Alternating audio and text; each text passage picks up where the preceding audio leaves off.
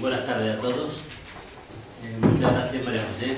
Como ya muchos saben, nuestra amistad de hace tantísimo tiempo, pues tomarán con mucha cautela no pocas de tus palabras. Pero,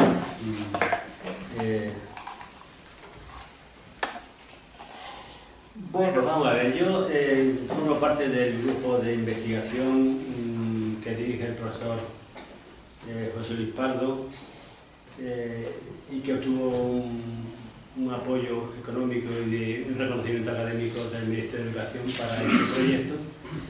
Y bueno, a mí me pidieron que yo presentase la primera sesión formalmente, no que la otra no fuese formal. Va a resultar que la otra fue muy formal y que esto va a ser una informalidad absoluta, ¿no? Pero bueno, que yo presentase formalmente las sesiones dedicadas al seminario. ¿Esto ya está funcionando? Sí. Avisarlo, ¿no? Bueno.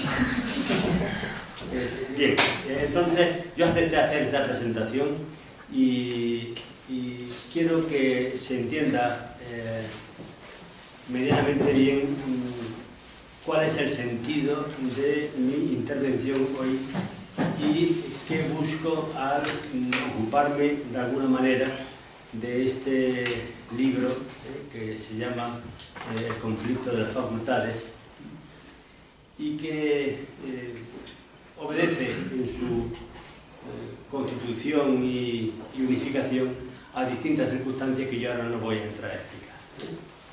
Para aquellos de ustedes que tengan interés, yo les remitiría pues a la introducción que el profesor Gómez Cafarena ha escrito a la primera parte de este libro, El conflicto de las facultades, que es el conflicto de las facultades de filosofía y la facultad de teología.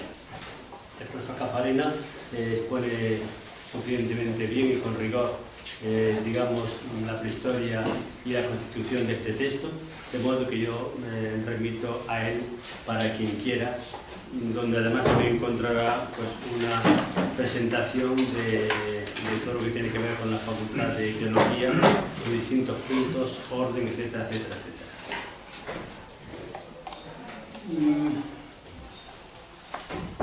El proyecto de investigación, yo tengo que enmarcar en él, en mi intervención de hoy, pues trata justamente de ver en qué medida el filósofo, la ciudad y el conflicto entre las distintas facultades universitarias puede constituir un tema de interés para analizar la crisis de las humanidades en el siglo XXI.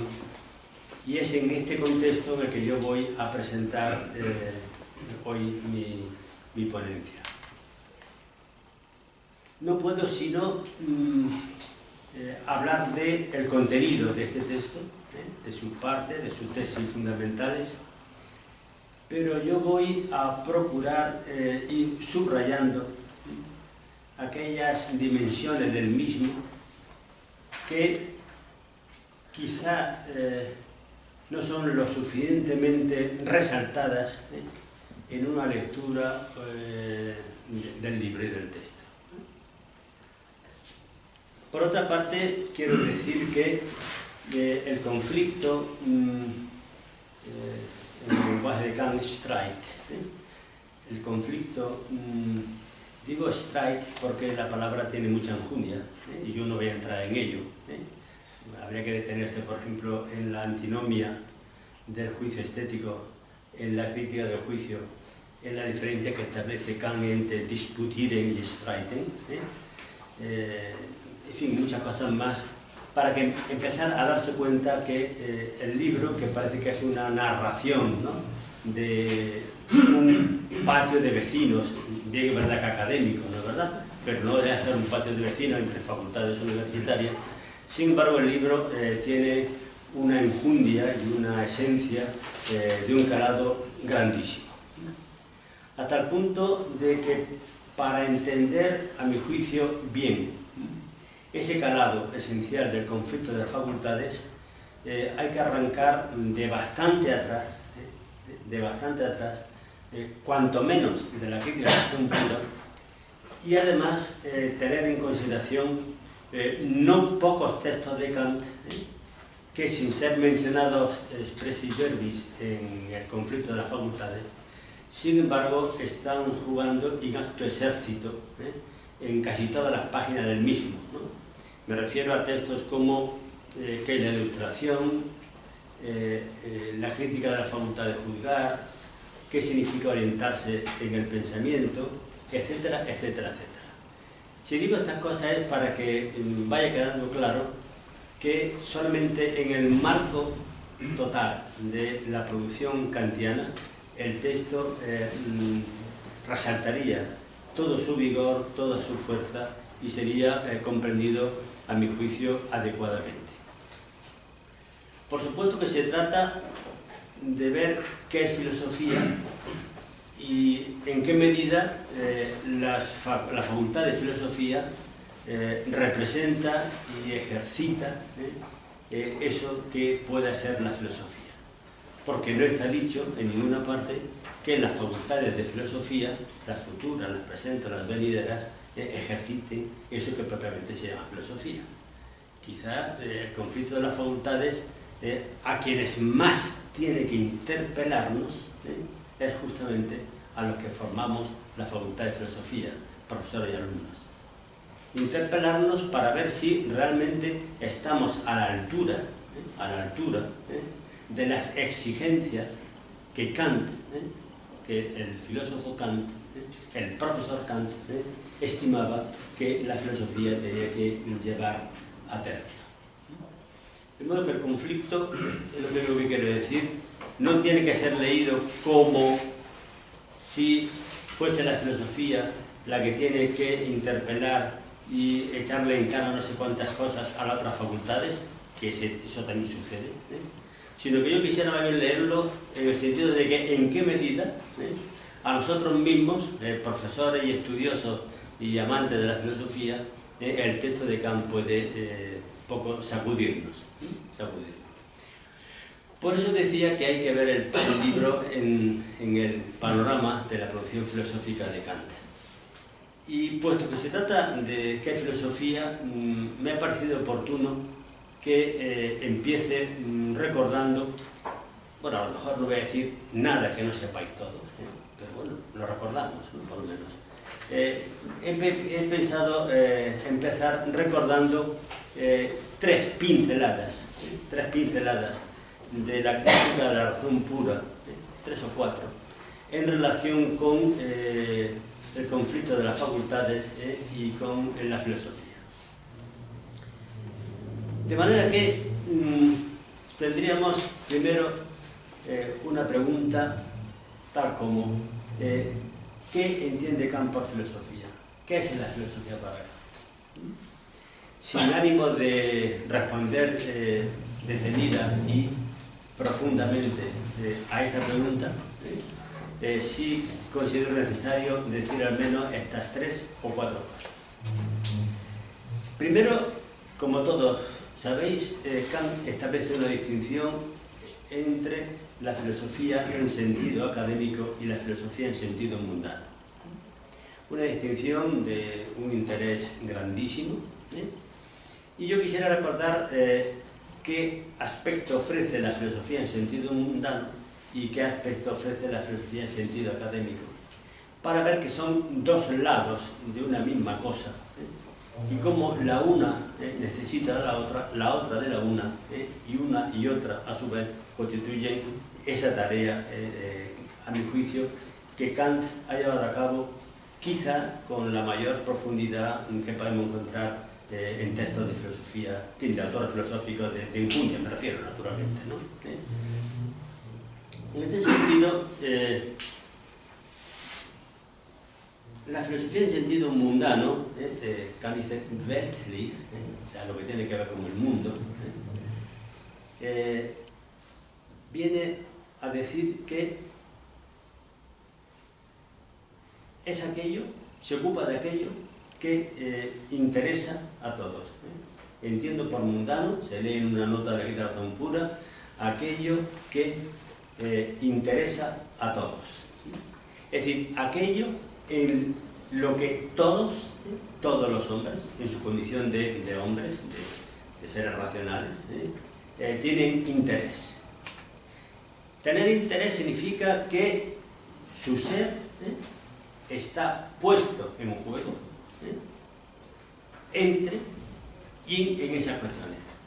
Interés significa estar en la tesitura, en medio de esas cuestiones. No solamente estar, sino que el ser de cada uno está puesto en juego en ese estar. En ese estar. Y es algo que interesa a todos necesariamente. Notwendig, dice la nota. Notwendig significa, evidentemente, interesa de un modo necesario. Pero yo quiero leer ese notwendig como que interesa porque el estado de penuria y de indigencia en que estamos hace que tengamos que volvernos una y otra vez, notwendig, a ese estado de penuria y de indigencia y de necesidad en que habitamos.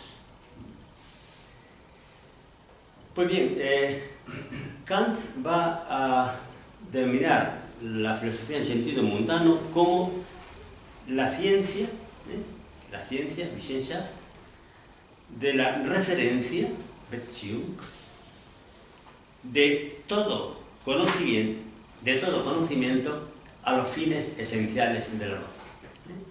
Y entre paréntesis, estoy citando un pasaje de la arquitectónica de la razón pura, y entre paréntesis escribe Teleologia Rationis Humanae. Pero reparemos, es la ciencia, Wissenschaft, o sea, es un determinado modo de saber. El que llame Wissenschaft no significa que sea ni matemática, ni lógica, ni filosofía de la naturaleza, no, significa un determinado modo de saber, que habría que ver en su momento cuáles son sus notas definitorias. Es la ciencia. ¿De qué se ocupa esta ciencia? Se ocupa de la referencia, y el término es Beziehung.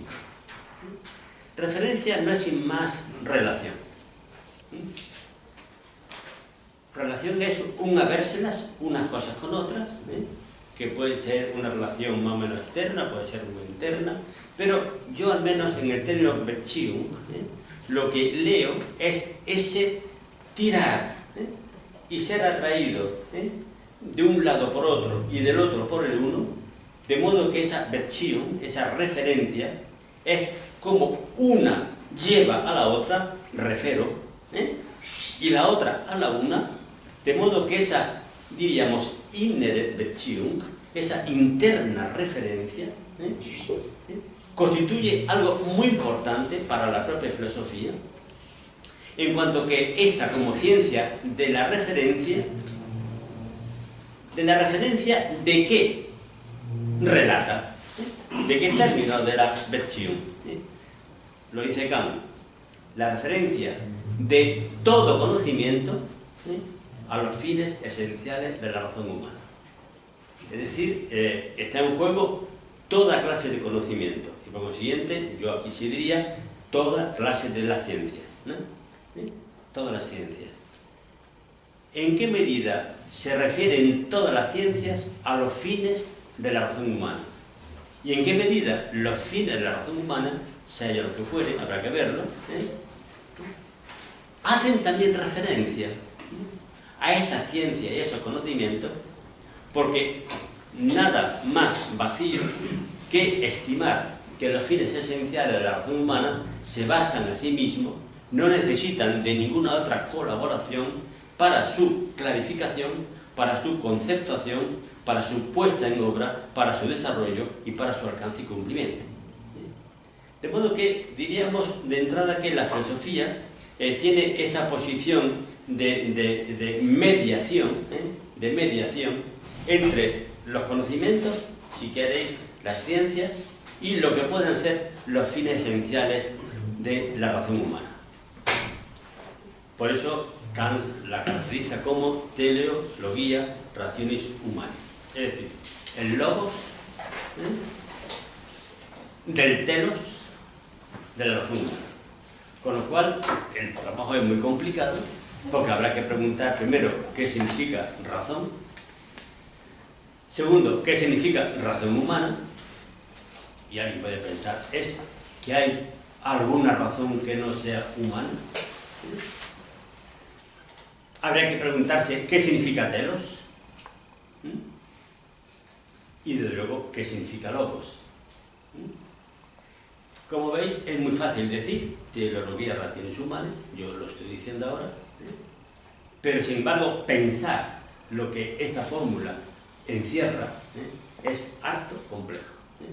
Yo diría que toda la obra de Kant está justamente en el despliegue y en el desarrollo conceptual de esta caracterización de teleología, raciones humanas. Claro, el tema, podemos centrarnos en los fines.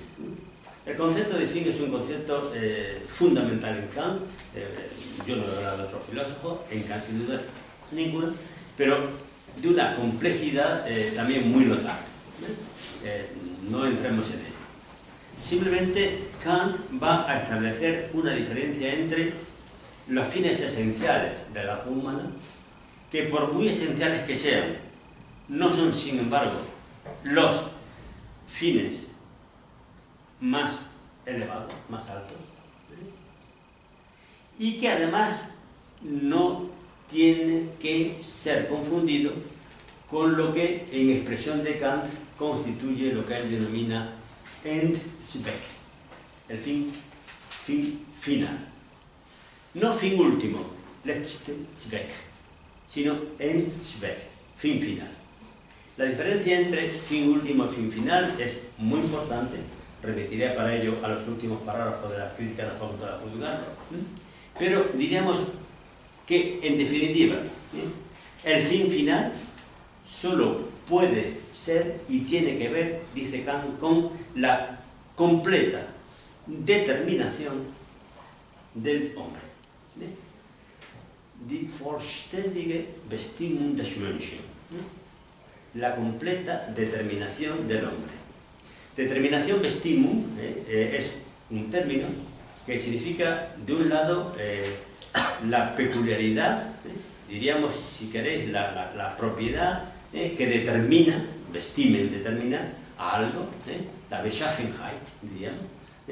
Pero Bestimmung significa también no solamente la propiedad, sino aquel modo peculiar de pensar la propiedad, de modo que esa propiedad, así caracterizada como Bestimmung, viene a significar aquello a lo que está determinado, es decir, determinado como constituyendo su destino en su quehacer como animal racional.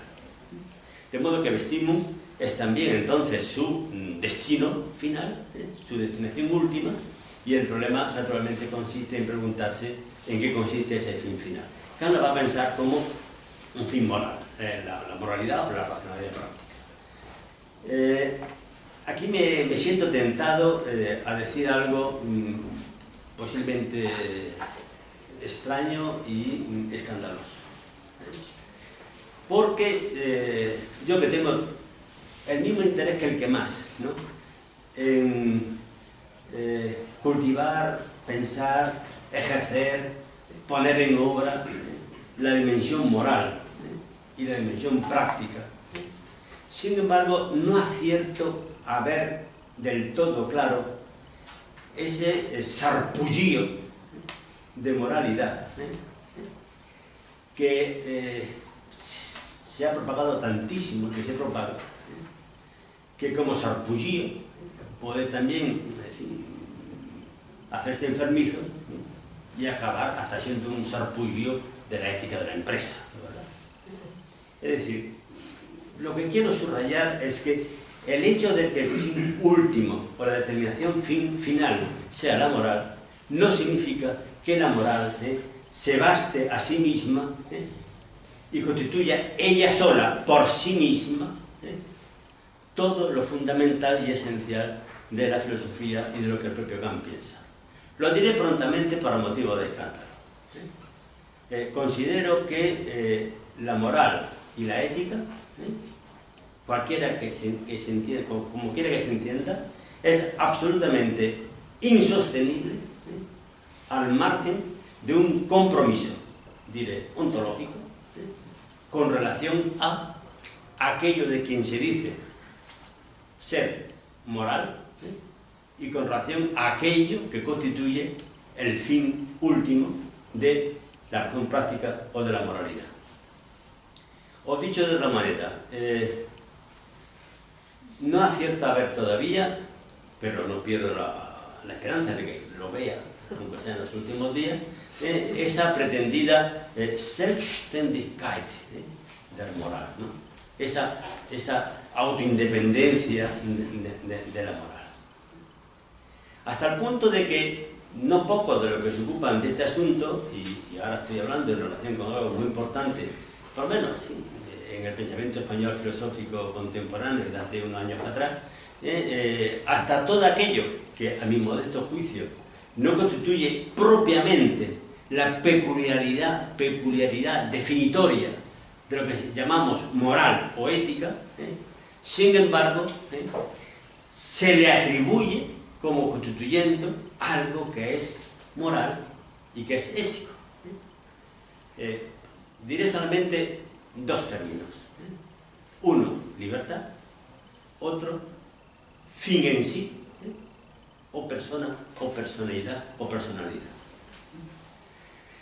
Sería curioso hacer un repaso de muchos textos de filosofía moral de nuestros compañeros, colegas en el mundo filosófico español, que escriben sobre ética, aunque tengo que decirlo, casi me los conozco todos, por enfermizo, cosa enfermiza de ir, en fin, escuadriñando.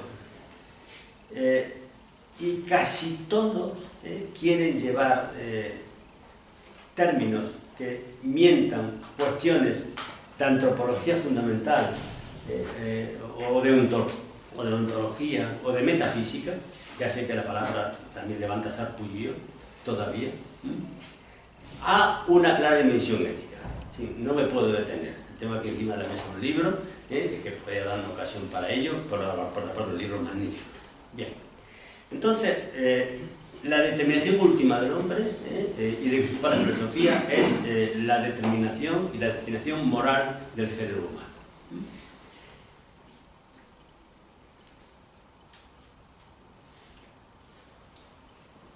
¿Qué pasa con la filosofía en sentido académico? Aquí viene la segunda caracterización que dejan de la filosofía. La filosofía se entiende como el sistema de todo el conocimiento filosófico. El sistema de todo el conocimiento filosófico. Como saben, me estoy refiriendo a la arquitectónica de la razón pura. Creo que es la segunda parte de la doctrina trascendental del método. Bien, la filosofía como el sistema de todo el conocimiento filosófico requeriría, para una clasificación suficiente de esta caracterización, primero, ver qué significa el sistema.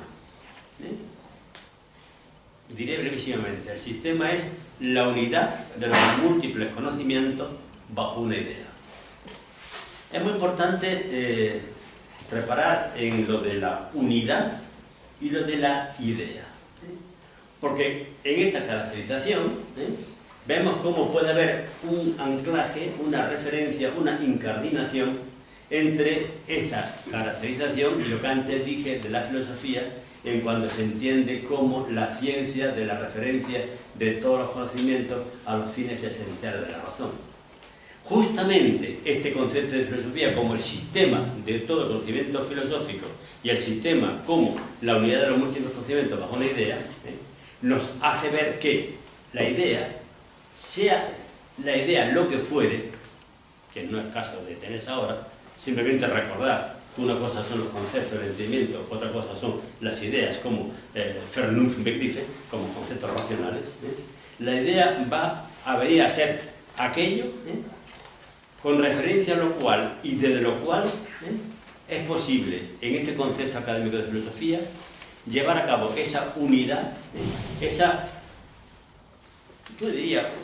unificación, puesto que la unidad plena no sería sino el resultado de ese proceso de Vereinigung, de llevar a unidad una multiplicidad de conocimientos, pero que para que sean plenamente inteligibles y racionales tienen que ser vistos en una unidad sistemática, constituyendo un sistema sin histemi, pero bajo una idea.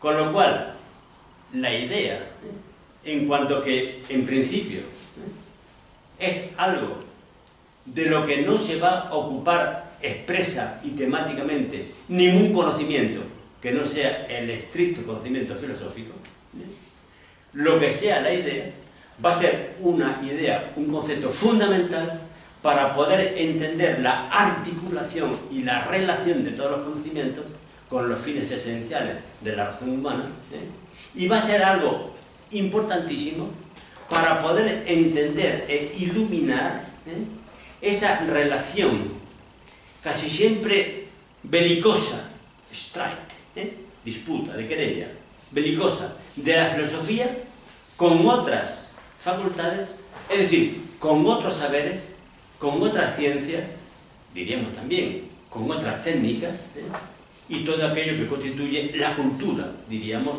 de los hombres. Entendiendo por cultura lo que Kant, en el parágrafo 83 de la crítica del juicio de facultad juzgar, entiende, que no me voy a detener tampoco con ello. Voy dibujando las cosas, ¿vale? Entonces, idea. Porque lo que sea la idea va a jugar, repito, ese papel definitivo en la comprensión de la relación de la filosofía, facultad con otras facultades, y de la filosofía con otros conocimientos. Que es donde justamente se va a plantear el problema del conflicto de las facultades, ¿verdad? Pero como resulta que la idea es aquello que pone en vilo, que pone en movimiento, no de sí solo, porque requiere lo otro de sí, que son los conceptos del entendimiento y los discursos científicos sobre la naturaleza, requiere los conceptos, la idea va a ser aquello que puede guiar, puede exigir, puede propiciar una progresiva totalización de todos aquellos discursos, digamos, intelectuales, conceptuales, con vistas a una racionalización que es un proceso de totalización y de clarificación significativa y racional. Pero esto no se va a hacer de un modo como acontece el saber de la ciencia, de los conocimientos. Es decir, por concepto, o para decirlo en el lenguaje de Kant, en un juicio determinante.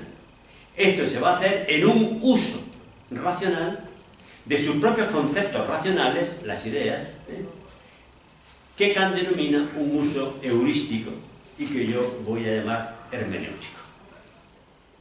Y como resulta que una de las líneas de fuerza que yo lo he visto desarrollada en textos escritos comentando la disputa de las facultades, pero a lo mejor no lo he visto escrito, primero porque he leído poco, o también porque no es tan relevante como yo creo, y los que han reparado en ello pasan por encima. Pero sin embargo, me parece que el nervio, uno de los nervios fundamentales de la disputa de las facultades, de la filosofía con la de teología y de la filosofía con la de derecho, también con la de derecho, está justamente en el problema de la Auslegung, de la interpretación. Extraño, ¿no es verdad? Va a resultar ahora que queremos presentar a un Kant hermenéutico. El hecho es ese. De modo que, como yo voy a apuntar luego a eso si me da tiempo, ¿no? Porque tenemos que terminar en una hora determinada, ¿no es verdad? Ya quiero decir que cuando yo estoy ahora recordando un concepto de filosofía en sentido académico, como el sistema de todos los conocimientos filosóficos, y entiendo por sistema la unidad de los múltiples conocimientos bajo una idea, ese bajo una idea, ese unter, está expresando la relación, entre conceptos intelectuales, discurso significativo del orden real del mundo, con respecto a, en una expresión que utiliza Kant alguna vez en la crítica de la facultad de juzgar, die verschiedene Ordnungen des Reellen, los diferentes órdenes de lo real, en relación con esta idea como concepto racional. Y esa va a ser una relación hermenéutica. Una relación hermenéutica. Una una relación hermenéutica que es inseparable de un peculiar modo, de un uso del pensamiento que se llama reflexión y que va a tener su modo propio en lo que llama Kant el juicio reflexionante. No sé si estoy diciendo demasiadas cosas como para que puedan quedar mínimamente apuntadas con claridad, pero espero que sí. Y si no, luego, pues si hay lugar a diálogo, pues me preguntáis lo que estiméis oportuno. Ahora bien, si resulta que la filosofía es eso, es sistema, un sistema que está en camino de una unificación Vereinigung, todo en Kant está en camino de una Vereinigung, todo, desde la propia filosofía hasta la propia función del derecho, hasta la propia idea de una constitución republicana. Todo está en vía, hasta el mismo pensamiento cosmopolita. Todo está en vía de una Vereinigung, ¿no? De una unificación. Creo que esa unificación nunca se lleva a cumplimiento, lo cual expresa un rasgo muy claro de lo genuino del pensamiento kantiano. Llevar a cumplimiento esa Vereinigung sería tanto como hacer del sistema kantiano un sistema cerrado. Aunque no sea el caso de Hegel, mencionaré a Hegel para entendernos. Esa cerrazón del sistema y de la Vereinigung Kant nunca la va a alcanzar. Y además, desde su propio pensamiento será imposible. Pero una cosa que sea imposible y otra cosa es que esa sea la verdadera tendencia de la racionalidad, de la razón humana. Pues si eso es así, eso significa que la filosofía es una mera idea de una ciencia posible que no está en ninguna parte en concreto. Es decir, tenemos la desgracia o la suerte de que aquello a lo que dedicamos nuestros esfuerzos es una actividad que hasta ahora no ha tenido cumplimiento en ningún sitio, que está en el aire y que pende de un hilo. Y aquí también porque puede producir tanta desazón, tanta inseguridad, al menos para algunos la filosofía, y quizás también porque es comprensible que algunos hayan visto en Kant un pensador trágico. ¿Quién lo diría? Trágico ante la imposibilidad de atender una, al parecer, exigencia, un haber menester, Bedürfnis, llama Kant a esto, de la propia razón. Bedürfnis der Vernunft, dice Kant en una nota de algún libro. Habla de claro en práctica en concreto. Bien, pero el hecho de que esa filosofía no esté en ninguna parte, ¿no? Ni esté cumplida, no empece para que Kant piense que solo en un sistema se pueden apoyar y promover los fines esenciales de la razón. Vean cómo estoy yendo de una caracterización de la filosofía a otra, ¿no? Del mundano al académico, de modo que uno se requiere al otro, como dije al principio. Solo el sistema puede promover justamente la realización de los fines esenciales de la razón. Por eso la filosofía tiene un carácter complexivo, de simple qué, de múltiples respectos, lo que la hace realmente difícil. Pero es que además la idea, que podría parecer que tiene una autonomía y una consistencia propia, sin embargo, la idea también ha menester, escribe Kant, Bedarf. La idea necesita, ha menester, para su despliegue funcional, para su despliegue hermenéutico, necesita de un esquema. De un esquema. Lo cual no significa, sino que incluso para los conceptos racionales que son la idea, Kant estima que se necesita de un esquema, es decir, un peculiar modo de sensibilización, bien sea en el modo del esquema y de razón pura, bien sea en el modo de sensibilización por símbolos, como lo expone en algún pasaje de la crítica de las facultades judiciales. Pero sin entrar en eso, lo que importante es la necesidad de un esquema, lo cual quiere decir que esa idea, que justamente es algo proyectado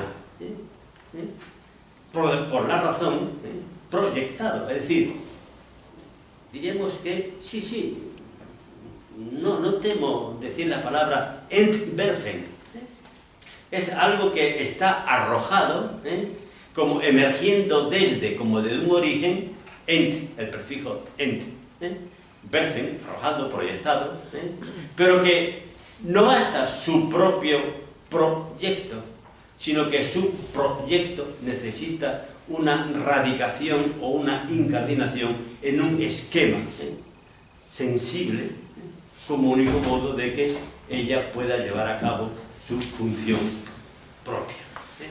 Para los que están más en el secreto de Kant, aquí enlaza y ancla esa idea de que también las ideas de la razón necesitan de una deducción trascendental de la misma, y no solamente la categoría del concepto. Solo que esa deducción será una deducción con carácter subjetivo. No entro en el asunto, porque yo voy a lo que voy, porque no sé si voy a llegar a donde voy, pero de momento vamos para allá, ¿no? De manera que cuando Kant habla de la unidad arquitectónica del saber, como propio de la filosofía, lo que se está diciendo es justamente cuanto acabo de mencionar, en una alianza estrecha entre su sentido académico y su sentido mundano.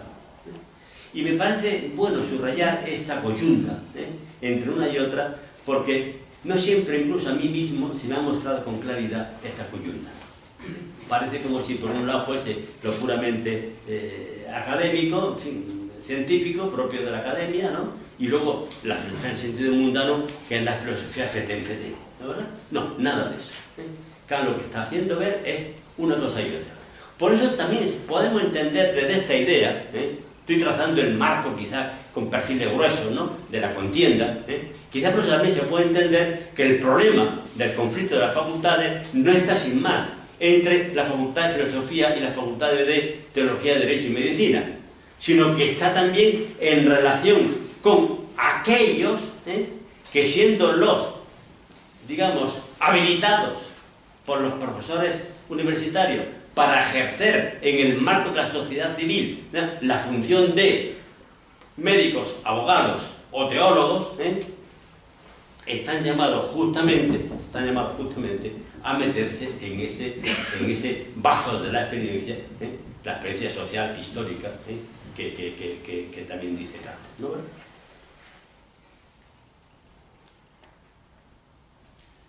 Por consiguiente, y como resulta que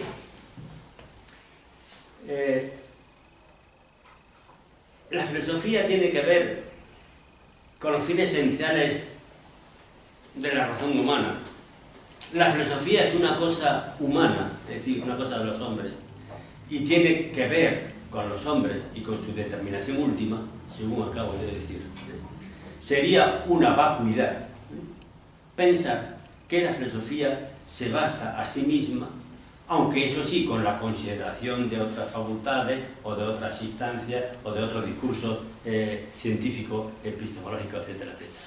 No, la filosofía tiene justamente que arraigar y hacerse cargo de aquello de lo que ella es actividad y de aquello con respecto a lo cual su actividad y cuidado de los fines esenciales tiene sentido, que es justamente nosotros mismos, seres sensibles racionales, si quieren, los hombres. Por eso encontrarán muchas veces en los textos de Kant la expresión wenigstens uns Menschen, al menos para nosotros los hombres. Claro, para que Kant diga wenigstens uns Menschen, al menos para nosotros los hombres, hace falta dos cosas. Una, que no solamente esté hablando de los hombres, porque si no, no tendría que decir una o 50 veces, al menos para nosotros los hombres. Otra, que aquello de lo que habla, además de lo que sean los hombres como seres sensibles racionales, no puede entenderse, ni mentarse, ni traerse a colación, sino es en y desde y con respecto a los hombres. Con lo cual, quiere decir que estamos justamente en una especie de intersticio, donde la filosofía está continuamente jugando y donde la filosofía se mueve. Ese intersticio, yo lo he llamado, Zwischen, entre. Pero vamos, una expresión que Kant utiliza, al menos una vez, en la fundamentación de la metafísica de la costumbre. El entre, ¿no? Pero en definitiva, ese entre es justamente estar en el filo de la navaja. El filo de la navaja lo podemos llamar, así en castellano, para traducir el término de Kant, Grenze. Grenze. Estar en el límite. Estar en el límite no es ni estar allí ni estás aquí, en un lado y otro del límite, sino estar moviéndose justamente entre Pinto y Valdemoro. ¿De verdad? Y ese entre es justamente el que hace que la filosofía, además de todo lo que hasta ahora he dicho, y en virtud de que tiene que ocuparse de nosotros, los hombres, sin recordar las 4 preguntas, viene a recoger esa pregunta Was ist der Mensch, que es el hombre, expresión que da lugar a mucho malentendido, pero que yo ahora no voy a intentar deshacer tales malentendidos, porque no es el momento este. El hecho es que todo ello hace que la filosofía tenga que ver con todas aquellas dimensiones del hombre que no todo tiene que ver solamente con el entendimiento, la razón, lo estético, el gusto, la ética, la moral, en fin, todo lo que se quiera. No, tiene que ver con algo que en no pocos sitios Kant dice, pero que ahora me acuerdo de un sitio y que ejemplifica lo que quiero decir. En algún lugar de la idea, no ideas, como alguien tradujo, idea de una historia universal desde el punto de vista cosmopolita, Kant dice que hay 3 dimensiones estructurales que definen al hombre. El afán de poder, el afán de riqueza y algún otro afán que ahora se me ha olvidado. Es igual. Pero a mí lo que me interesa ahora es el afán de poder. Es decir, el poder es un concepto fundamental en la filosofía de Kant. Fundamental. Fundamental. Y porque hay un afán de poder y un afán de dominio y un afán de enriquecimiento, y esto también nos está disponiendo en las puertas del conflicto de las facultades, donde entra en el juego el poder y los intereses del gobierno, en relación con las facultades, a cuyo través el gobierno quiere dominar al pueblo. Estamos. Porque hay ese poder, y ya con esto termino esta presentación, vamos, este primer paso, antes de entrar en la cuestión, no sé si vamos a entrar. Por esto se entiende que, estando en juego los fines esenciales de la razón, que parecen los más nobles,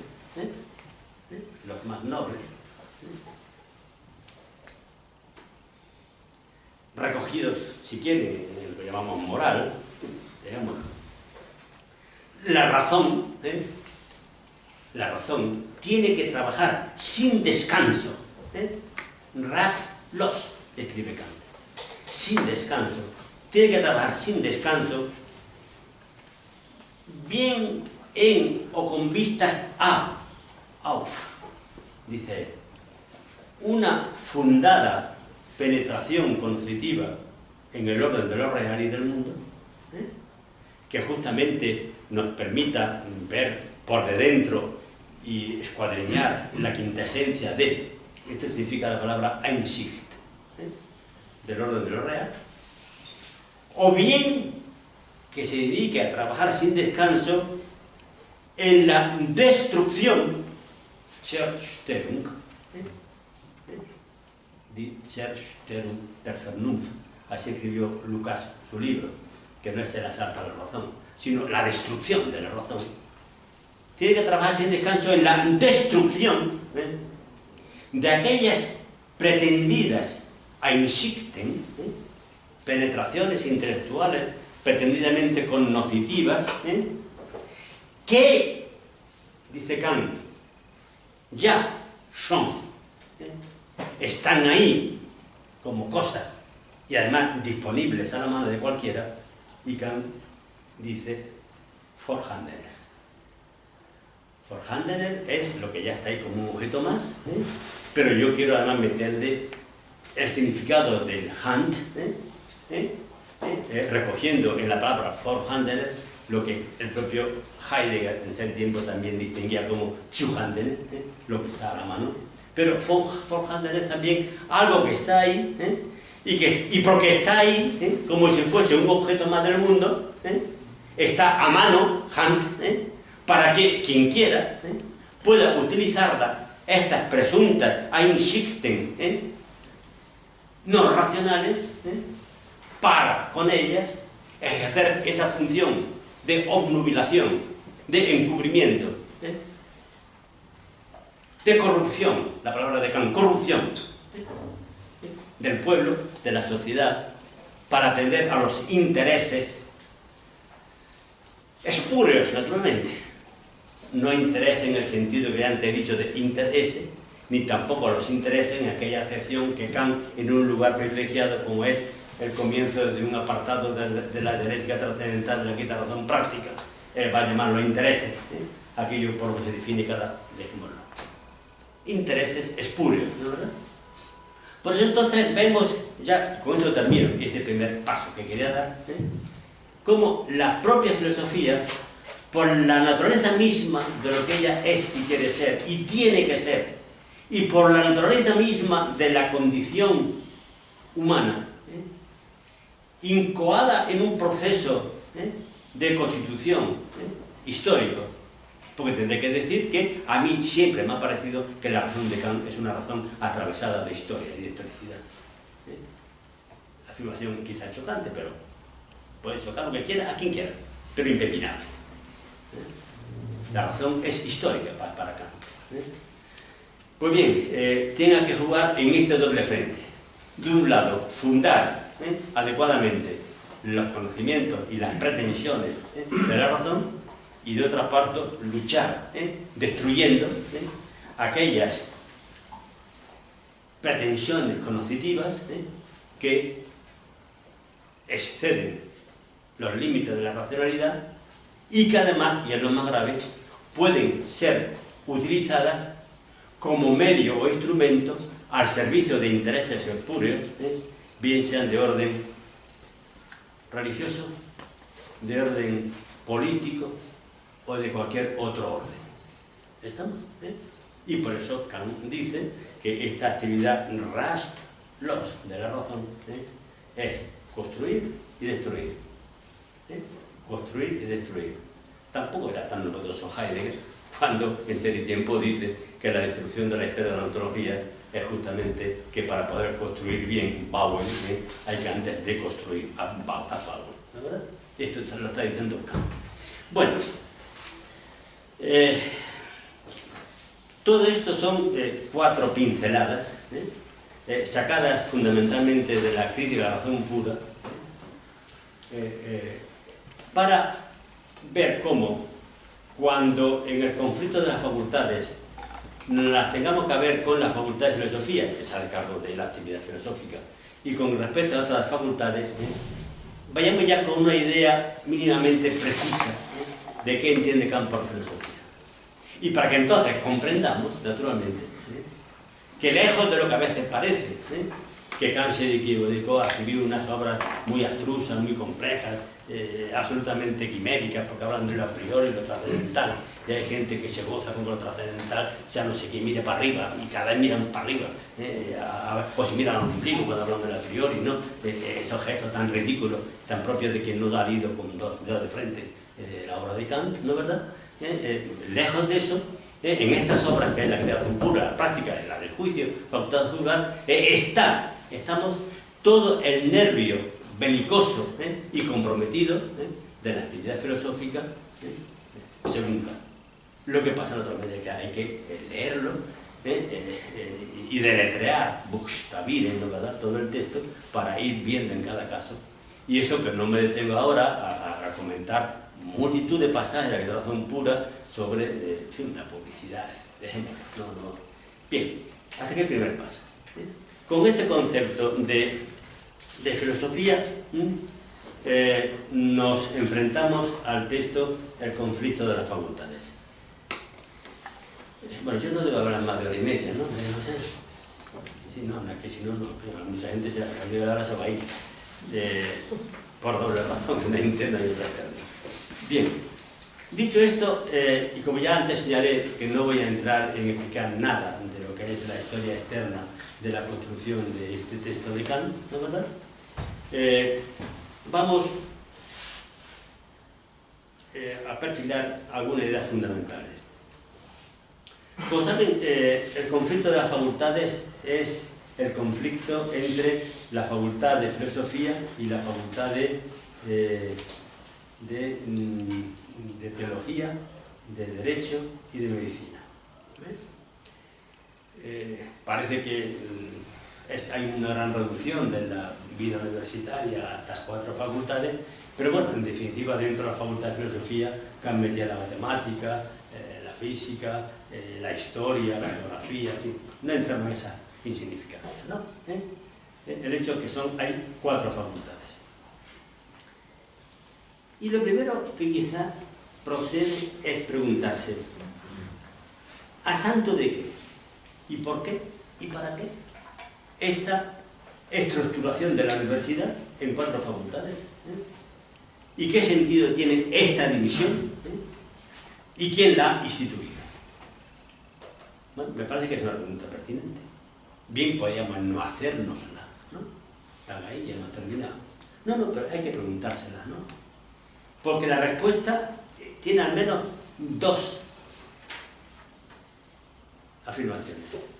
Una, la división y el sentido de la división y la función de cada una procede y se debe al gobierno, al poder político, al gobierno. Segundo, lo diré después, esta división también está propiciada y requerida, exigida por lo que vamos a llamar, lo llama Kant continuamente en esto, el pueblo, folk. Me parece que es de interés ir anotando todos los rasgos con los que Kant va caracterizando el concepto de pueblo, que no es un concepto, digamos, abstracto, abstruso. Bueno, como concepto es abstracto, pero que en definitiva no hace sino ir expresando la quinta esencia de lo que es el pueblo y cada uno de los miembros del pueblo. He dicho, va caracterizando lo que es el pueblo y cada uno de los miembros que integran el pueblo. Y sin embargo, lo que he dicho está bien dicho, no porque yo lo diga, sino porque eso es lo que dice Kant, pero hay que decir más.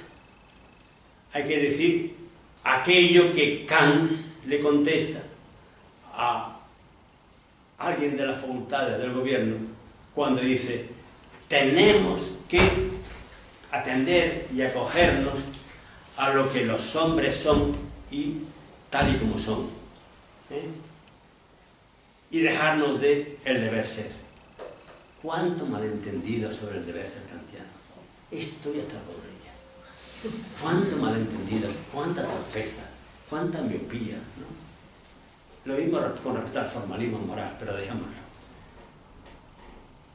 Y Kant contesta: no, usted querrá decir que tenemos que atenernos al hombre no tal como es, sino al hombre tal como es, porque ustedes han hecho que llegue a ser lo que es. Tesis Foucaultiana maravillosa. Somos aquellos que hemos llegado a ser en virtud de dispositivos de verdad y de dispositivos de poder, ¿no? Pero dejémoslo a Foucault, sobre todo estando aquí Marca, el profesor Marca, llegando a llamar al orden. No, dice Kant, no el hombre como es, sino el hombre como ustedes han hecho que sea tal y como es.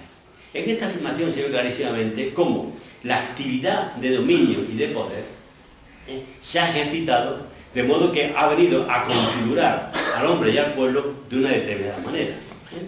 Por eso decía, y a filo de esto que decía, he hecho este pequeño comentario, el segundo motivo de la división de las facultades obedece a una exigencia, a una requisitoria del pueblo. Del pueblo tal y como ha llegado a ser en virtud de ciertos dominios, ¿no? Que justamente va a venir caracterizado, para decir alguna palabra, con la pereza, y que a mí me den todos los temas resueltos. ¿Estamos? Remito al recuerdo de ustedes el texto que es la ilustración. ¿Estamos? Pues bien, la división de las facultades obedece al gobierno, al interés del gobierno, dice Kant. Porque el interés del gobierno es aquello que procura una fuente de influjo y de influencia duradera sobre el pueblo. Y contar con el poder y los medios necesarios para que esa influencia y dominio del gobierno sobre el pueblo sean intocables y a ser posible cada vez se incremente. De modo que, puesto que las facultades son 4, y como saben ustedes, unas son superiores, ¿no?, y otra es inferior a la de filosofía, las superiores son la de medicina, derecho y teología, derecho y medicina. Está claro que la denominación de superiores obedece al interés del gobierno en que esas sean superiores. Pero no porque tengan más rango en relación con el orden de la verdad y de la dignidad, que es lo propio del saber de la ciencia, ¿no?, sino porque tienen mayor rango en cuanto que están al servicio de los fines del gobierno para, a su través, ejercer el dominio sobre la sociedad y sobre el pueblo. Por eso creo que se puede hablar de la servicialidad de las facultades superiores, en cuanto que son instrumentos del gobierno al propio nivel universitario, como los profesores de teología, de medicina y de derecho, pero también en cuanto que aquellos que son su obra, a saber, los eclesiásticos, los magistrados y los médicos, vienen a ser los órganos del poder del gobierno, pero que se ejerce no ya en el ámbito universitario, sino justamente en los intersticios del espacio social y de la sociedad civil. De modo que esta división y el sentido queda con esto dicho, y así lo ve perfectamente Kant. Frente a esto está otro interés, que es el interés de la verdad y la defensa de la libertad. Esto es lo que, a juicio de Kant, viene a caracterizar a la facultad de filosofía. Porque justamente la filosofía, en virtud de su dimensión dianoética, pero no menos en función de su dimensión ética, cuida de la verdad. No en vano Kant dice en algún lugar que la propia crítica es un deber. Es un deber, porque justamente es un deber ejercer esa función dianoética, inseparable en este respecto de la dimensión ética.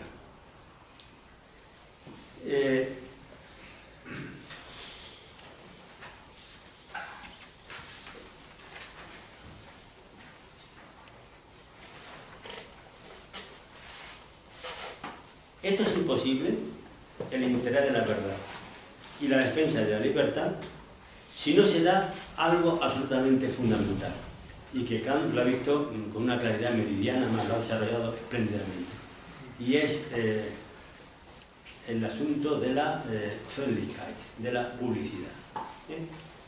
El asunto de la publicidad, el espacio público, ¿no?, sobre el que Habermas escribió, como saben, un libro, ¿no?, la publicidad. Pero, claro, decir publicidad está muy bien, ¿no?, pero no está dicho, sin más, que la publicidad tenga aspectos realmente salutíferos y defensores de la verdad y de la libertad. Porque, como luego veremos, veremos si llegamos, hay un pasaje en la disputa de la facultad de filosofía con la facultad de derecho donde Kant habla de una publicidad mentirosa. La expresión me parece deliciosa o engañosa. Es decir, cómo hasta la propia publicidad puede ser dispuesta al servicio de los intereses de dominio y de poder para que, lejos de propiciar la función que le es propia, sin embargo ejerza una función justamente distinta de su propia determinación y destinación, ¿no?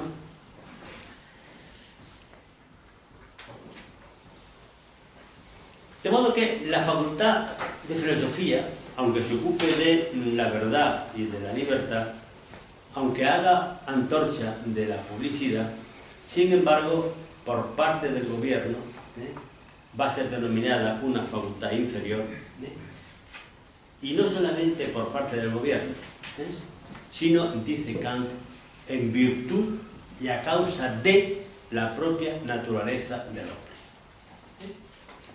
Natur des Menschen, la naturaleza del hombre. A mí me parece esto muy importante. No en vano antes hice un apunte mínimo a esas dimensiones, diríamos, pasionales, ¿no? Ese afán de poder, de dominio, de placer, etcétera, etcétera, con que Kant caracteriza al hombre en ese pasaje de la idea del autor universal.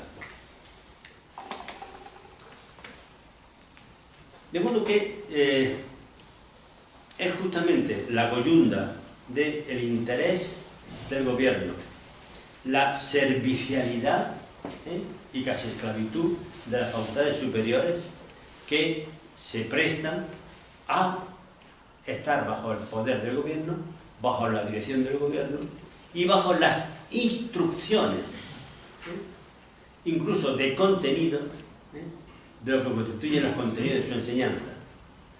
No con respecto a la verdad de los mismos, en las cuales el gobierno ni puede entrar ni quiere entrar porque sabe que no puede entrar, ¿no? Pero sí con que respecto a los contenidos sean estos y no otros los que se imparten en las facultades superiores. ¿La verdad? Y porque entonces además esos contenidos, como ahora veré enseguida, tienen que plasmarse necesariamente en un texto escrito. En un texto escrito, en libros, en un texto escrito. Ya veremos el alcance de esta referencia al texto escrito. Pues bien, la facultad es inferior porque le molesta al gobierno, le puede molestar, y es inferior a juicio de los hombres porque, como dice Kant, lo que a lo que le interesa es vivir relajadamente desde el punto de vista moral, y que en el último momento de sus días haya un teólogo o una iglesia que le absorba y le prometa la bienaventuranza eterna. Eso es lo que le interesa a los hombres. Lo que le interesa a los hombres es que haya un poder que le garantice lo suyo, sin ocuparse mucho de si lo suyo no es justamente algo que va contra el derecho de algún otro. Y lo que le interesa es que haya alguien que defienda sus derechos. Lo que le interesa al pueblo es justamente que el médico sepa echarle una mano cuando los excesos dietéticos de su naturaleza glotona, lo de glotona no lo dice Kant, pero aquí, digámoslo nosotros, le lleva a unas ciertas situaciones realmente peligrosas. De modo que con respecto a estos verdaderos, Kant les llama fines naturales, o sea, fines de la propia naturaleza sensible del hombre, lo cual no quiere decir que Kant rechace, desvalorice la dimensión sensible del hombre. Esta es otra de las grandísimas mentiras sobre Kant.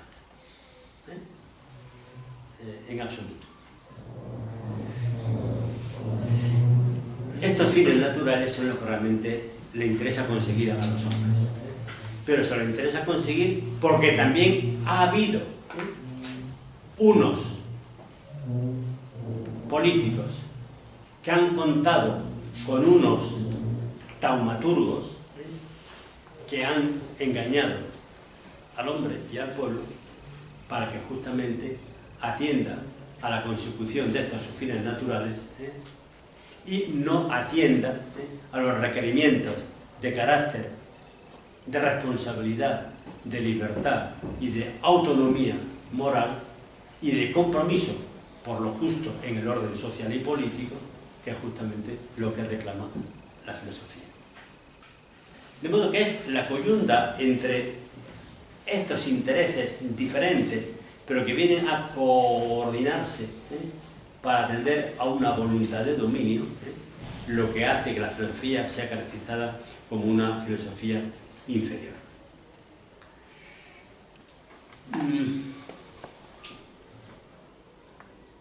Antes incluso de pasar a una pequeña descripción sobre las peculiaridades de cada facultad, de las 4 que he dicho, yo quisiera, casi como recogiendo un poco algo de lo dicho, apuntar lo siguiente. Reparemos que el conflicto, el conflicto de las facultades, viene a ser el espacio de juego,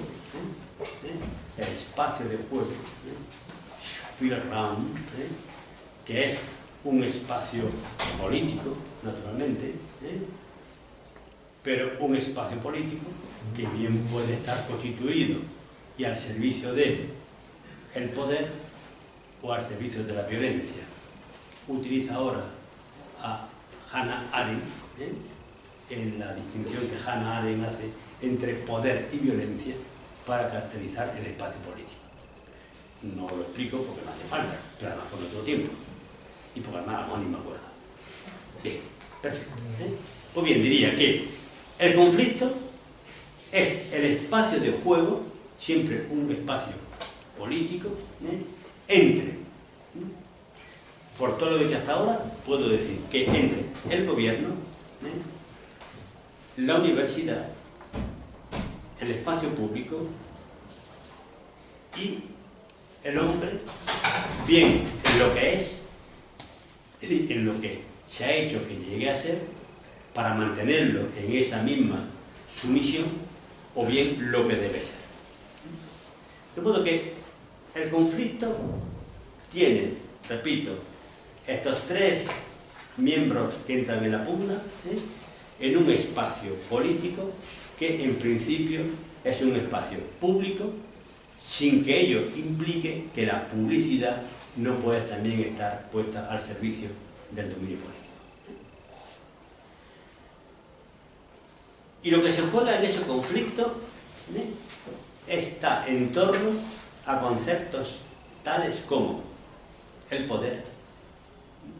¿Qué significa poder? ¿Qué es el poder? La verdad.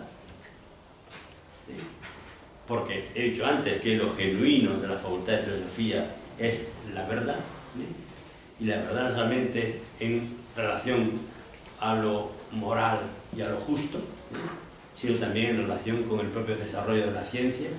Por eso la filosofía para Kant va a ser en alguna medida como la vigilante de la ciencia, en una expresión que ha utilizado muy bien Habermas en otro de sus libros, ¿no, verdad? La libertad, otro concepto fundamental, pero no como concepto, digamos, vamos a ver, como digo, sin más complicaciones. Yo diré, como concepto ontológico, como concepto metafísico. La libertad como ratio essendi de la moralidad, citando una nota de la Quinta Razón Práctica. La libertad. Y la libertad en una dimensión al menos doble. Y voy a apuntar aquí, pero no voy a desarrollar, porque el desarrollo es muy meticuloso. Yo lo tengo hecho, pero no quiero hacerlo aquí, ahora, porque tampoco hay tiempo. Con respecto a la libertad, naturalmente tiene que ser la libertad de pensar, pero que la libertad no juega solo como libertad para pensar, Freiheit zum Denken, ¿estamos? Que es una exigencia de la Ilustración, que es una exigencia del propio Kant, ¿no? Sino la libertad en un respecto otro, inseparable de, pero no reducible a, antes bien, fundamento de esa libertad de pensamiento. Me refiero no a la libertad para pensar, sino la libertad del pensar. Esto no es un juego de palabras. Yo tengo estudiado y recogido los textos alemanes con una sintaxis clarísimamente diferenciada. Kant distingue clarísimamente una cosa y otra. Yo tampoco he visto esto expuesto en texto alguno que haya leído, pero la verdad es que tampoco he leído mucho. O sea, que quede claro, ¿no? Una cosa es la libertad de pensar, en donde se juega, está en juego la libertad de pensamiento, de expresión, de manifestación, etcétera, etcétera. Eso es una cosa, y otra cosa es la libertad del propio pensamiento. De modo que la libertad vendría a ser el constitutivo formal, conditio sine qua non, para que pueda haber algo así como y reclamarse una libertad para pensar, una libertad de pensamiento y una libertad para expresarse por medio del pensamiento. Son cosas radicalmente distintas. De modo que aquí está en juego esta libertad, ¿no? Y si hago esta mención es justamente para abundar en la idea que antes he dicho en algún momento de mi intervención, de que no basta con ir desde la facultad de medicina, de derecho, de teología o de cualquier otra a las propiedades morales, ¿no? Como siendo ya la quinta esencia en donde se juega el destino, sino porque justamente hay algo que subyace y posibilita este estado de cosas. Y ese algo es fundamento de la propia condición moral y práctica de los hombres. De modo que cuando yo estoy hablando de la verdad, no hablo simplemente de la verdad como una propiedad epistemológica de cierto discurso. Hablo de la verdad como una determinación esencial del propio pensamiento.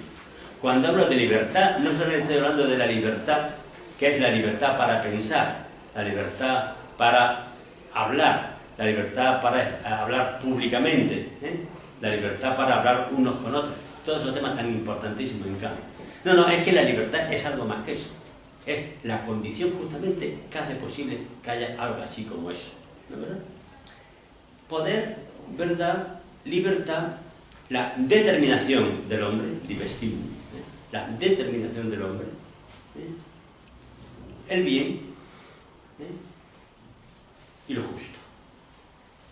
Y aquí este elenco de conceptos, poder, verdad, libertad, determinación del hombre, el bien y lo justo, que son conceptos o categorías, o como queramos llamarle, que están en juego en el conflicto de las facultades, que están en juego en una dimensión de querella universitaria, política, pero que no se agotan en esa dimensión, digamos, de espacio belicoso político, sino que tienen una radicación justamente en el orden mismo de lo real y en la condición misma de lo real, ¿no?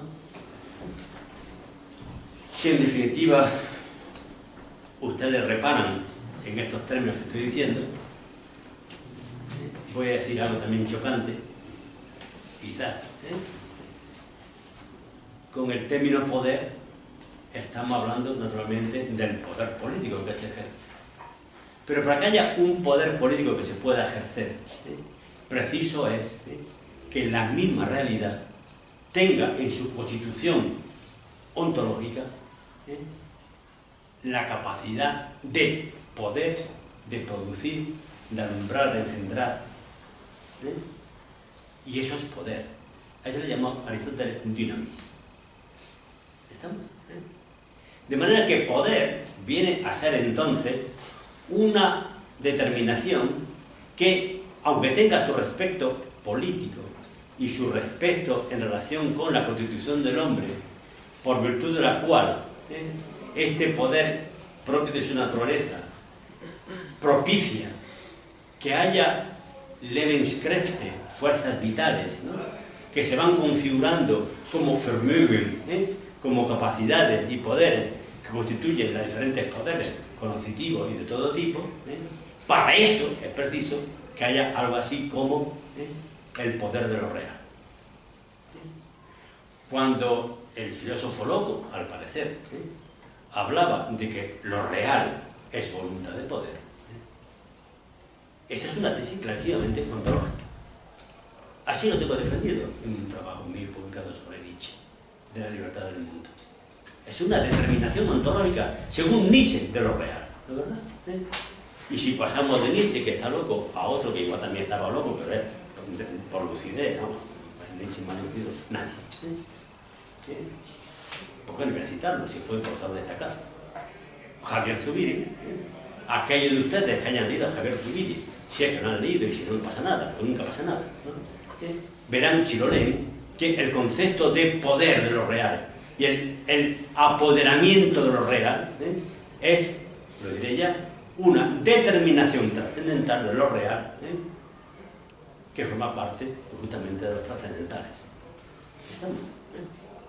Si hablamos de la verdad, hablamos de un trascendental. Si hablamos de la libertad, justamente hablamos de aquella determinación trascendental en aquel grado de lo real donde la realidad llega a saberse a sí misma como queriéndose a sí misma en lo mejor de sí, que es el hombre. Porque no pensemos que el hombre viene de las estrellas. El hombre es un ser natural, naturwesen. Y en este respecto preciso, la caracterización que hizo Marx en los manuscritos y en la ideología alemana va a misa. Lo que pasa es que, naturalmente, la dimensión natur, ¿no?, dicha del hombre, tiene que ser enriquecida o tiene que verse como la propia naturaleza. Remito, para no darle más vueltas, a sobre un presunto comienzo de la historia humana, algo así. Hay un texto de Kant que se llama así, ¿verdad? Texto delicioso, donde asistimos a la génesis de la propia razón. Bien, con respecto al bien, hará falta que otra vez diga que es un trascendental, bonum, y con respecto a lo justo, no tenemos sino aquella dimensión del bien, que es propia del carácter intersubjetivo y comunitario de la propia condición humana. Pero esto es Kant, eso de que Kant tiene una moral monológica y tiene una subjetividad individualista, son cuántos, había que decir celestiales, infernales, son cuentos. O sea, Kant no es el filósofo que defiende una ética monológica, ¿no? No, para Kant no hay moral sin intersubjetividad, y no hay lenguaje sin intersubjetividad, y no hay espacio público sin intersubjetividad, y no hay humanidad sin intersubjetividad, y mil cosas más. No voy, empiezo un poco a apartarme, llevado un poco de la emoción de estas cosas, ¿no? Pero si estoy haciendo estas dimensiones mínimas, estos apuntes, es para que veamos, aunque luego no le hagamos caso, por supuesto, cómo no podemos leer un texto de filosofía que tiene naturalmente una trama clarísimamente, digamos, de disputa pública universitaria o en relación con el espacio público, con el gobierno, sin que caigamos en la cuenta de que el sentido de la posible resolución de la querella en juego está justamente en algo más allá de puras querellas circunstanciales. Obedece a instancias, digamos, ontológica de lo real. Esto es a mí, al menos, lo que a mí me parece. Cuando digo lo que a mí me parece, es lo que he venido a pensar después de cierta lectura detenida de ciertos textos de la historia del pensamiento filosófico, pero otros tendrán otra experiencia, claro. De modo que todo esto, vendríamos, yo propondría que lo podíamos recoger con una cuestión que vendría a ser esta. ¿Qué significa pensar? Porque pensar quizás sea la expresión más quinta esenciada para mentar aquella función de la razón, como razón humana, que no es reducible a el puro conocer, el kening, que es inseparable de él, pero que lo sobrepasa y está llamado a organizarlo y a dirigirlo con respecto a los fines esenciales de la racionalidad, y por consiguiente, por eso pienso que la pregunta ¿qué significa pensar? Es justamente aquella pregunta en la que vendrían a recogerse las 4 referencias que he hecho. De un lado, los que juegan en el conflicto, gobierno, universidad, espacio público y la naturaleza del hombre. De otro, los temas de enjundia que están en juego, poder, verdad, libertad, el bien y lo justo.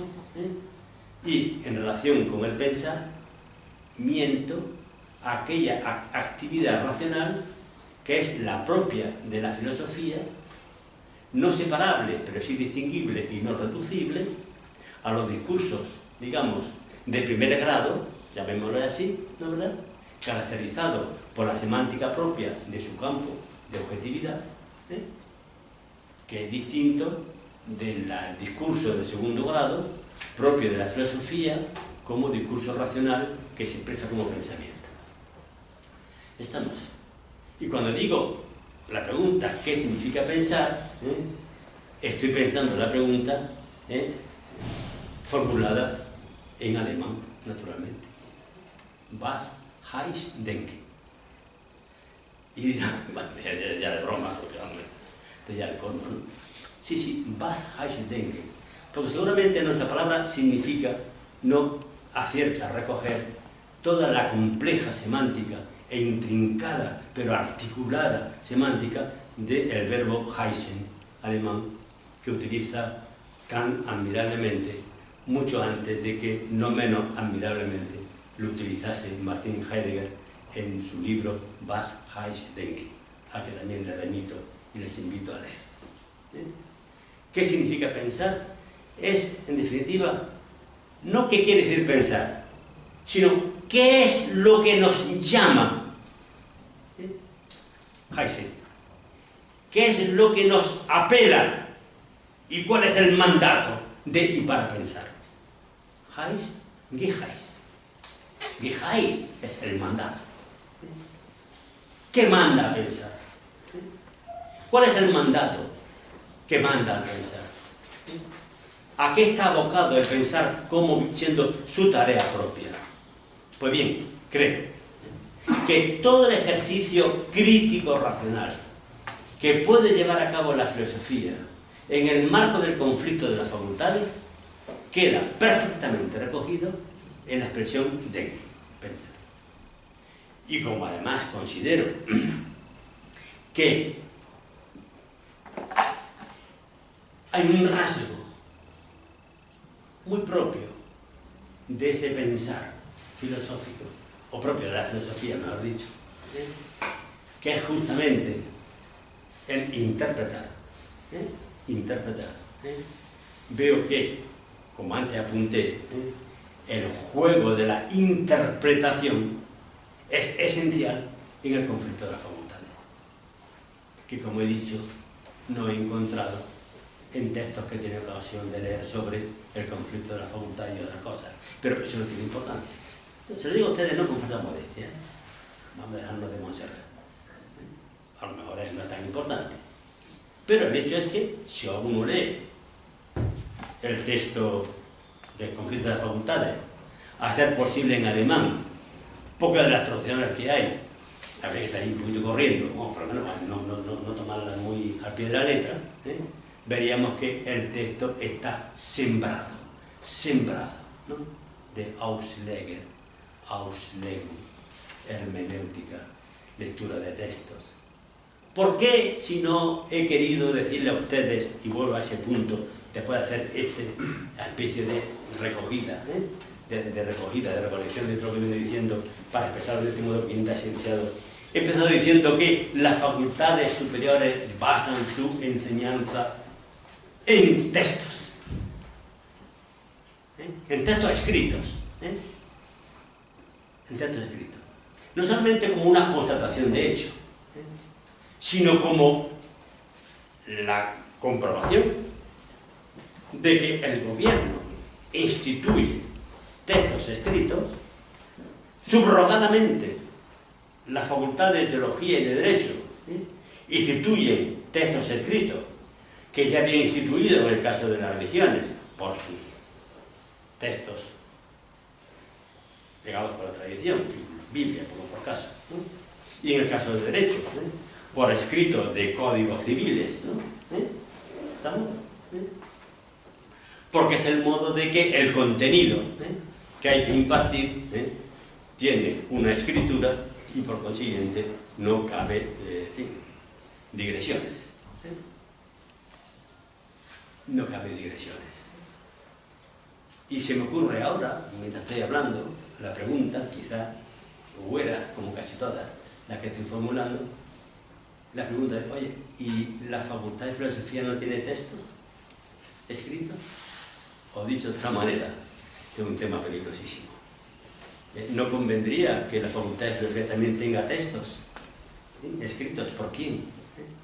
Textos me refiero a distintos de la ética de Nicómaco, o de la lógica de Hegel, de la filosofía del espíritu, o del Tratado Lógico y Filosófico, o el manuscrito de Economía y Filosofía. Como estos, otros textos. Sí, no está bien que a lo mejor haya manuales, o textos de los profesores. Cuestión vexada. No entro. Pero en fin, habría que pensarlo un poco esto, pero yo ya que no quiero entrar. Entonces, la facultad de las enseñanzas, en un texto escrito que aparece como norma, Kant, norm, con respecto a la cual poder regirse, Kant dice richten, y regir la enseñanza, el aprendizaje y la puesta en obra en el espacio social de lo aprendido. El libro, naturalmente, que contiene, dice Kant, estatutos. ¿Y qué es un estatuto? Pues un estatuto es o contiene las doctrinas que proceden del arbitrio de un superior. Literalmente dice Kant. Los estatutos son doctrinas que proceden, y Kant, no sé si he traducido bien, dice ausgehen, proceden del arbitrio, no dice de la libertad, dice willkür, de un superior, un órgano. Y dice Kant el tío entre paréntesis, por si alguien se despista. Pero por sí mismos, esos estatutos, esas doctrinas, no están originadas desde la razón. Y entonces no dice ausgehen, entonces dice entspringen. Es una pena que casi las traducciones que uno lee, todo esto se va como el agua entre las manos. Como aquel ejemplo que Kant dice, como alguien que quiere ordeñar una vaca, o una oveja, yo no sé qué ordeñaría, lo que sea eso, ¿no? Y pone un cedazo debajo. ¿Saben qué es un cedazo, no? ¿Saben qué es un cedazo? Sí, es un cedazo, ¿no? O sea, toda la leche se va a poner en un tresijo de cedazo.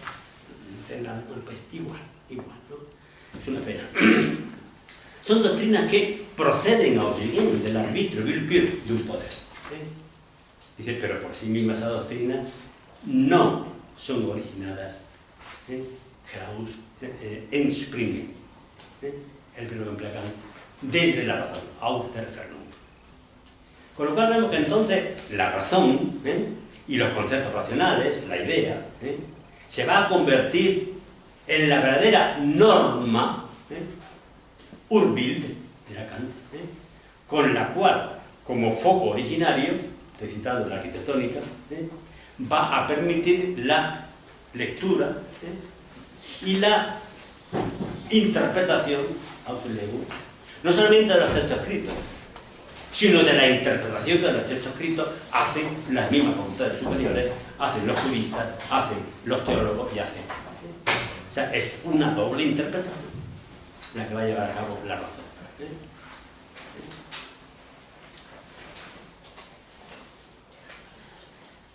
Los textos escritos del teólogo bíblico es la Biblia, dice Kant, pero no la razón. El texto del profesor de Derecho es el Código Civil. Sí, el código instituido por el poder constituido, ¿no es verdad? Pero no, dice Kant, el derecho natural. Tema importantísimo, esto, importantísimo. Porque como no va a dar tiempo, pues yo ya tendré que ir dejando, claro. Y todavía no he entrado a comentar, me he traído aquí el texto para ir luego viendo a unas páginas y unos... Pero sí, podemos hacerlo otro día, y si no, pues en fin, de aquí a 100 años, cuando volvamos de nuevo, ¿no? Pues...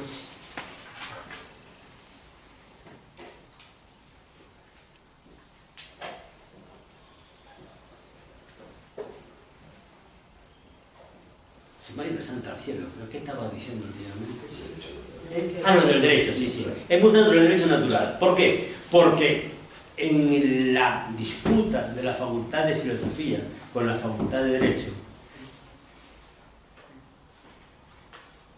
Kant va a decirle a los juristas y a un cierto poder político que no se trata del Código Civil, no se trata de una